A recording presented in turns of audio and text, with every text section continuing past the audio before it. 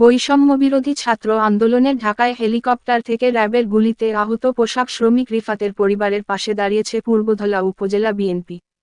রিফাত নেত্রকোনার পূর্বধলা উপজেলার আগিয়া ইউনিয়নের খারছাইল গ্রামের মোবারক হোসেনের ছেলে। বাংলাদেশ জাতীয়তাবাদী দল বিএনপির ভারপ্রাপ্ত চেয়ারম্যান তারেক রহমানের নির্দেশে জেলা বিএনপির সাবেক সাধারণ সম্পাদক আবু তাহের তালুকদার উপজেলা বিএনপির বিভিন্ন স্তরের নেতৃবৃন্দদের সাথে নিয়ে রিফাত হোসেনের গ্রামের বাড়ি যান।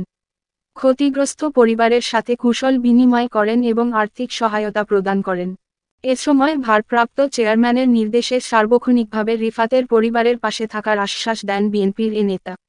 এ সময় জেলা বিএনপির আহ্বায়ক কমিটির সদস্য আব্দুর রহিম, উপজেলা বিএনপির সিনিয়র যুগ্ম আহ্বায়ক হাবিবুর রহমান ফকিরসহ অন্যান্য নেতৃবৃন্দ উপস্থিত ছিলেন।